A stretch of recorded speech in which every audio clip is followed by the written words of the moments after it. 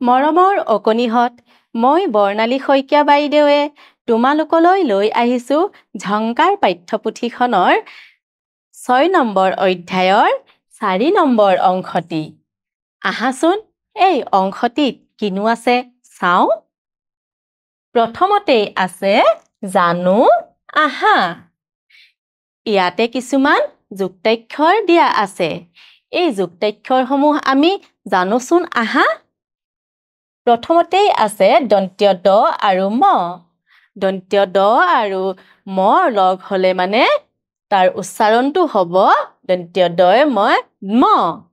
কি হ'ব? ম। ঠিক তেনেকৈ গ যোগ ম, ম। গয় মই কি হ'ব? ম।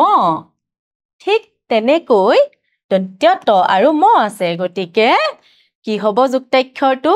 তয়ে ময়ে ম। তয়ে মই ম।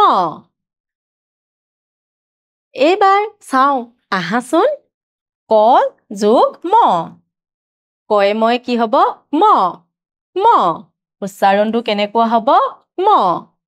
ঠিক তেনেকৈ ম যোগ ব, ম আৰু ব লগ হ'লে কি হ'ব? ময়ে বয় ম্ব।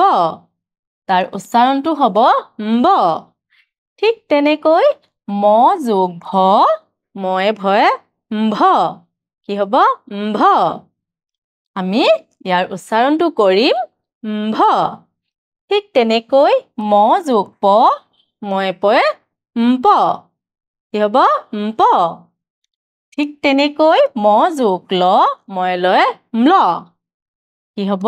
ময়ে লয়ে म्ल। তোমালোকে নিশ্চয় উচ্চাৰণ কৰিব পাৰিছা, নহয়নে? চাবাচোন কেনেদৰে উচ্চাৰণ কৰে। এইবাৰ চাওঁ আহাচোন। শুনো আৰু কওঁ আহা। ইয়াতে কিছুমান যুক্তাক্ষৰ থকা শব্দ আছে। এই শব্দবিলাক প্ৰথমতে আমি শুনো, তাৰ পাছত কওঁ আহা। মানে মই প্ৰথমতে পঢ়ি যাম, তোমালোকে শুনি যাবা। তাৰ পাছত তোমালোকেও পঢ়িবৰ কাৰণে, ক'বৰ কাৰণে যত্ন কৰিবা। আহাচোন কিনো আছে শব্দকেইটা চাওঁ।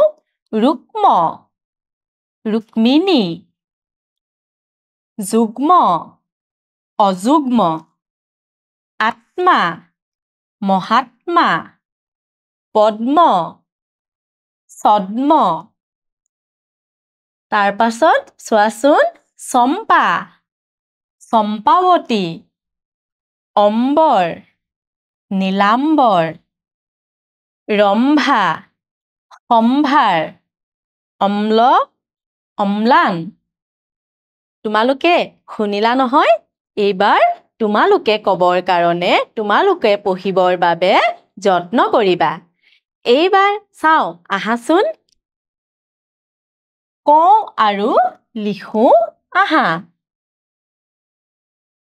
ইয়াতে যুক্তাক্ষৰ থকা শব্দ আছে। এই শব্দবিলাক প্ৰথমতে পঢ়ি লওঁ, তাৰ পাছত ইয়াত থকা যুক্তাক্ষৰ কেইটা আমি উচ্চাৰণ কৰিম আৰু এইফালে কি কৰিম? সেই যুক্তাক্ষৰ কেইটা বহুৱাই লৈ আমি শব্দকেইটা পঢ়িম।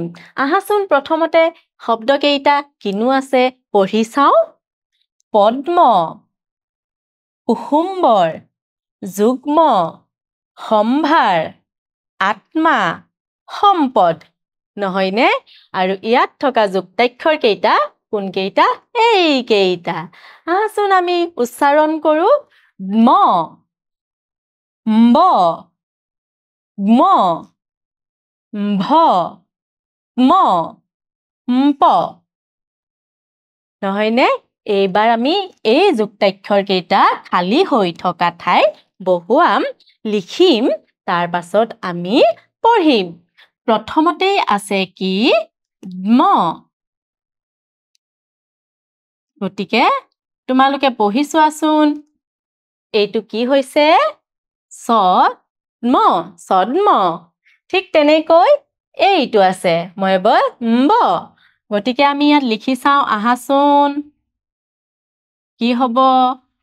কি হ'ল বাৰু শব্দটো? অম্বিকা। এইবাৰ চাওঁ আহাচোন কি আছে? গয় মই গ্ম।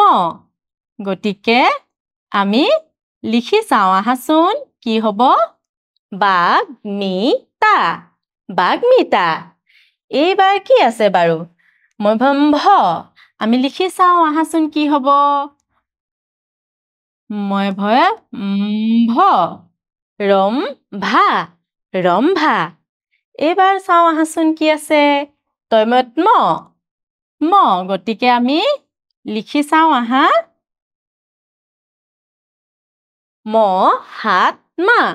মহাত্মা এইবাৰ চাওঁ আহা মই পম প আমি লিখি চাওঁ আহাচোন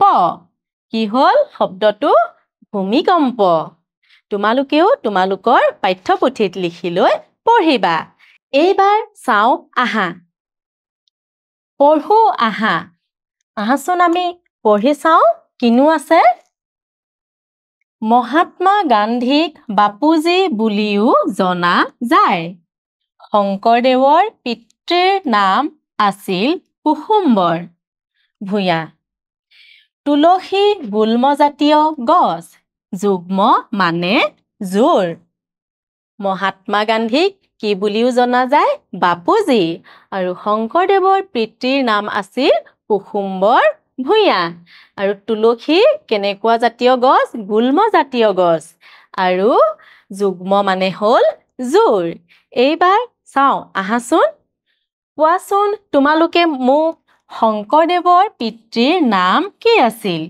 কত আছে কুসুম্বৰ ভূঞা আৰু খত আছে নীলাম্বৰ ভূঞা আমি পাই আহিছিলো নহয় কোৱাচোন কি হয় শংকৰদেৱৰ পিতৃৰ নাম কুসুম্বৰ ভূঞা গতিকে আমি কত শুদ্ধ চিনটো দিলো কত এইবাৰ কোৱাচোন আস্তানি মিলোৱা এইফালে যুক্তাক্ষৰ থকা শব্দ আছে আৰু এইফালে যুক্তাক্ষৰ কেইটা আছে আমি কোনটো যুক্তাক্ষৰ থকা শব্দৰ লগত এইফালে যুক্তাক্ষৰটো মিলিব আস্তানি মিলাও আহা প্ৰথমতে আছে যুগ্ম গতিকে আমাক ক'ত মিলিব এইটো ম ঠিক তেনেকৈ সম্ভাৰ ক'ত মিলিব বাৰু এইয়া নহয়নে আৰু ক'ত আছে বাৰু চাওঁচোন আহা আত্মা এইটো তইমত ম গতিকে ইয়াত মিলিব মৰমৰ অকণিহঁত